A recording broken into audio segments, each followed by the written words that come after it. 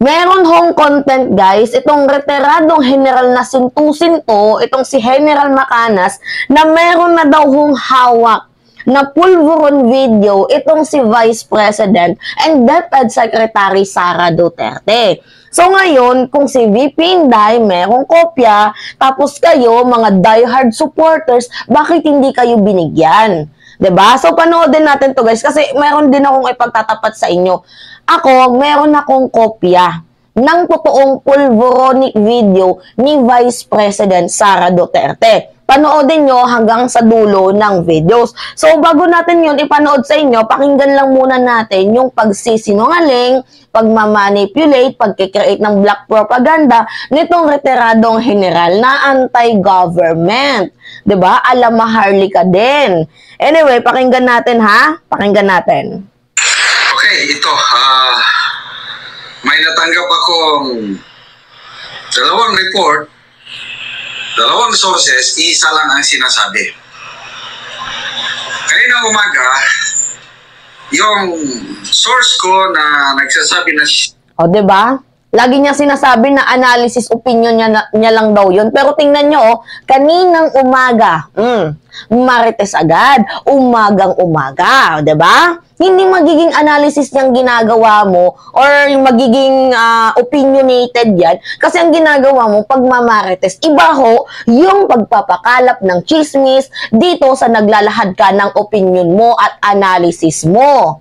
Diba? Wag mo kaming ginagawang parang pinanganak kahapon. Hindi kami bobo. Pakinggan natin. Napanood niya na yung pulburon video. Sinabihan niya na ako kaninang umaga na, Sir, si DP Sara, meron na rin siyang kopya ng pulburon video.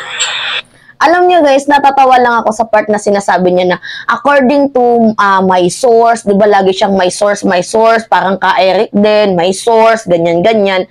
Eh source mo naman pala, bakit hindi ka bigyan ng kopya ng pulboronic video? At ang nakakatawa dito guys, sabi dito sa title basahin ko na lang, VP Sara, may hawak pulburon video ilalabas na sa 2024. Di ba yung una niyong statement, January 5?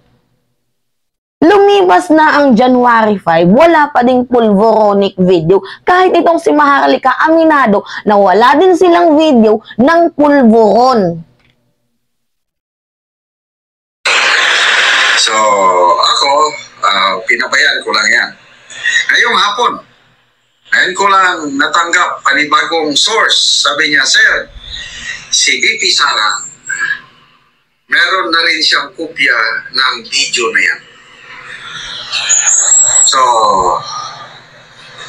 inanalyze ko kung si Attorney Vic may kopya, si PRRD may kopya,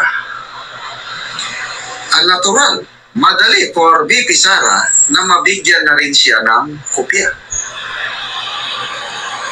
Diba? It makes sense. Ano it makes sense? Ito na nga ba? Ngayon ko lang ma-realize yung yan, okay. Putulin na natin. I-cut na natin, guys. It makes sense daw. Kung si Attorney Vic, merong video ng pulboronic, si former President Duterte, meron ding video ng pulboronic, edi si Sara din daw. Hindi malabo na makakuha din ng kopya. Pero nagtataka ako, kayo tong mga diehard supporters, kayo tong ngawa na ngawa, kayo tong ang daming sinasabi, pero kayo, wala kayong hawak na video. Baka naman tayo naggagaguhan dito. So ngayon, dito na tayo mag-jump sa pinakapunto. Mima, hawak mo ba ang pulboronic video ni VP Inday? Yes. Eto. Papanood ko sa inyo. Pero literal guys, na pulburon. Wow! So many stars. Ang dami mong bituin. Bituin yan. Good boy. Very good boy. The best student. Pangalan ni teacher. Ben? Teacher Ben. Sabi mo kay Teacher Ben na nagkausap tayo. Sabi mo sa iyo, congratulations dahil ang dami mo stars. Alam ko yan, pag madaming stars, ibig sabihin mabait, magaling, at matulungin. Ayan! See? Sarap yung merienda ko. Sarap yan. Hindi sa'yo na yan lahat. Araw-araw.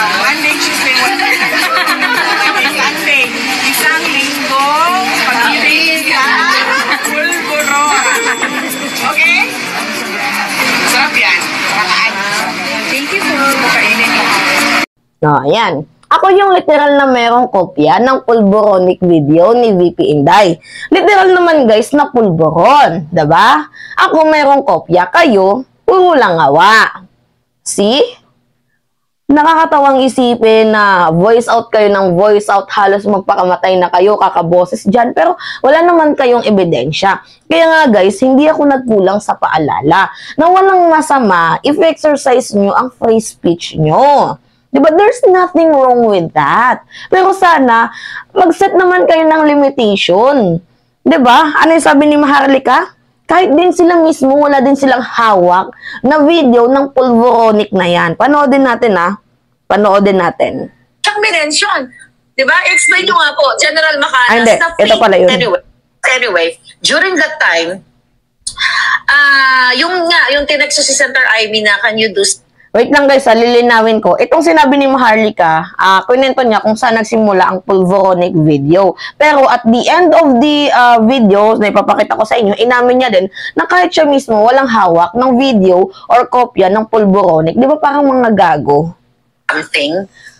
Kasi mayroong, ang exact term ko mayroong ipapasavog, VOGE yata. Mayroong bomba. So ganun yun, parang bakling-bakling. Kami mag-text si Pebbles. Ang eksaktong tinext sa akin ni Senator Amy at tatayuan ko po yan kahit saang hukom kami magpunta. Kahit sa huling hukom ng Diyos. Sinabi po ni Senator Amy sa akin, Maharlika, ano yun? Yung tungkol sa pagpapadeliver ni Lisa ng pulboron? So nagulat ako dun sa statement niya. Actually, sinabi ko yun kay Pebbles, uy, sabi ko, mother, nagpa-deliver ka ba ng pulburon? So, you know the pulburon, right? So, I never mentioned na kung ano yung isisiwalat ni Pebbles. Okay? Ni Pebbles Salakera or Pebbles Cunanan.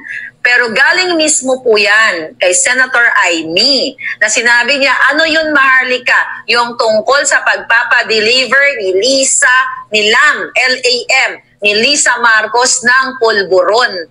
Kaya nga, yung pagpapadeliver o pagpapabili, ganun yung word. So, kaya nawindang ako, actually, ito, I don't know kung nasabi ko kay Pebbles, na parang sinabi ko, ano ba ito? Baka mamaya, ito kaibigan ko si Pebbles, baka mamaya sangkot dito sa pulburon. May ganun akong tip. You know what? Tsaka tinanggi ni Pebbles sa akin, uy anak, ano ka ba? Wala akong ginagawang ganun. So doon po talaga magmula ang pulburon issue. At hanggang sa meron na tayong pulburonic video na inaabangan at ina-enjoy ng ibang nakakanood. Hanggang sa meron na din tayong pulvoronic video na inaabangan. So, hindi nyo ba guys nagigets na kahit sila mismo walang kopya ng pulvoronic video di umano ni Pangulong PBBM? Actually, nababad trip ako dito kay Senator Amy. I don't know lang guys kasi if you are a loyalist, guys, hindi deported Marcos itong si Amy, suportado ko siya, no. Kasi, if you are a loyalist, you are loyal to our country. You are loyal to serve the public. Yun yung ibig sabihin para sa akin ng salitang loyalista. Diba? Ni Apulakay. Hindi loyalista sa apelido.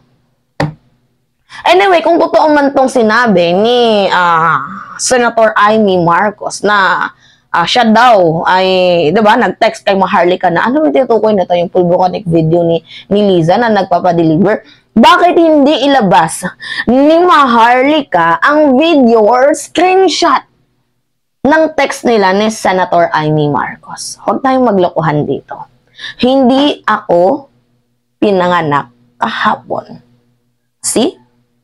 Ang galing niyong gumawa ng chika bumbum. Ang galing niyong gumawa ng putang inang chismis na yan, pero kayo mismo wala kayong mga kopya. Diba? Ang gagago. Ang gagago. See? Para saan pa yung pambablog nyo? Para saan pa yung kinokontent nyo kung hindi din kayo loyal sa mga viewers nyo? Nakakaiyak lang isipin guys na meron kayong malalaking subscriber, madami kayong na-impluwensyahan, pero parang yung mga nakikinig sa'yo, parang kumakain lang ng tae. Walang sustansya. Puro hatred. So, paano uunlad ang bayan? Paano magkakaroon ng bagong Pilipinas, bagong muka? Kung kayo, yan o, mga jutang na kayo, yan o, si Makana, si Maharlika yan. Yung mga kasabot niya pang mga hitad din ng mga vloggers. Paano nyo ma-achieve ang sinasabing bagong Pilipinas, bagong muka, kung kayo mismo ang sumisira sa ating bayan? Diba? Ayaw nyo sa disinformation, ayaw nyo sa fake news, tapos kayo nagpapakalap ng chismis. Tama ba yon? Gigigil ako Gigigil ako.